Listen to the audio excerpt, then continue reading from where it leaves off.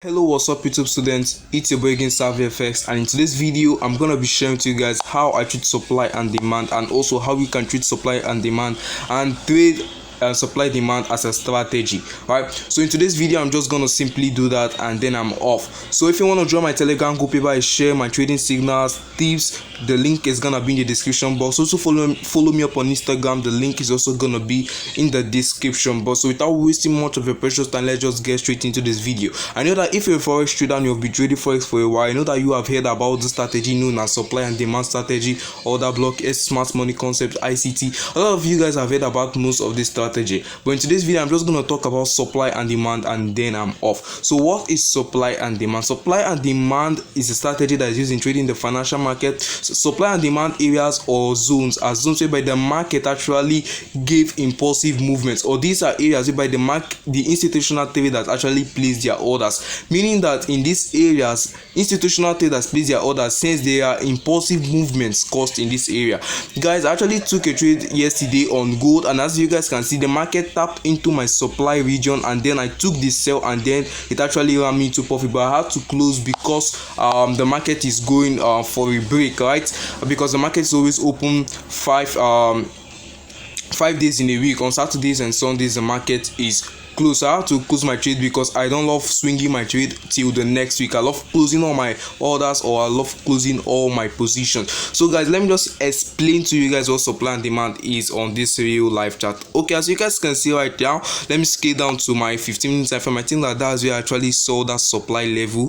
That was on my 15 minutes time frame. So as you guys can see, what I told you guys is that supply and demand levels are areas whereby institutional traders they place large orders. They place what? Large orders, and their impulsive movements caused in this area. Now guys, look at this, look at when the market just look at what happened right here. You can see impulsive movements, and this movement caused what we call a break of market structure.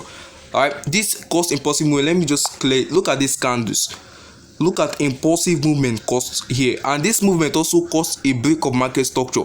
Hence, you're going to highlight this level, right? You're going to highlight the opposite candle that caused that impulsive movement. Now, let me say that if it should be in a bullish scenario, that is the market is going long, you're going to mark out the last bearish candle.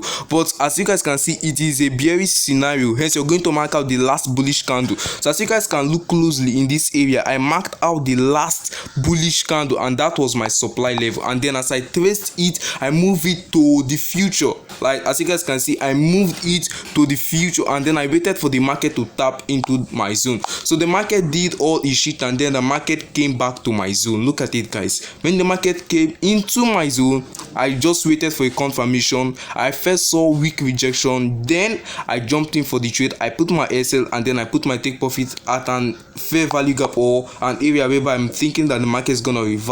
I actually placed my take profit at this level. Let me show you guys where I placed my take profit. What's going on? Okay, so I actually placed my take profit at this level. This is where I placed my take profit at this level. Right at this level, that's where I place my take profits, because I'm thinking that the market is going to fill up that imbalance and maybe start rejecting or start moving to the opposite direction. So guys, simply the supply and demand levels are just levels whereby the institutional traders they place huge orders. And to actually mark out supply and demand levels, these are levels whereby the market actually cause impulsive, whereby you will notice impulsive movements. So guys, at times your supply and demand levels they are going to fail, because no strategy in the market is a holy grail strategy. This supply and demand level, if you just make it simple, you're going to make a lot of money trading this strategy. Just like the way I've already marked out this demand level right here, because I saw impulsive movement, and this movement also caused a break of structure. If you guys can see here, it also caused a break of structure. So I actually marked out that level. Why? Because there was impulsive movement caused in that level, and then I've extended it to the future. Let me go over to the M30 minutes so that you guys are gonna see it well. Okay, if you are enjoying this video, please subscribe to this channel. So I've already marked out this level, and I've also extended it to the future, and then I'm just waiting for the market to fall down to this my level, and then I'll look out to buy this market to any direction.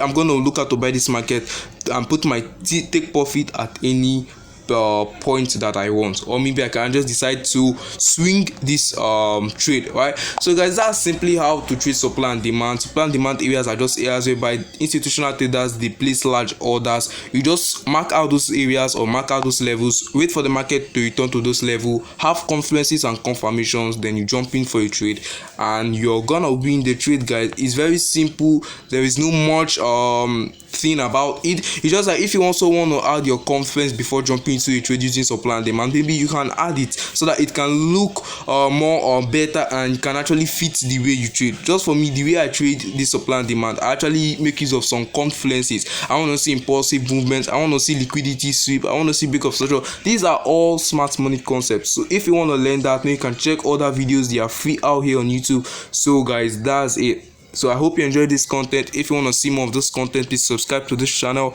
and I'll catch you up in my next one. I'm signing.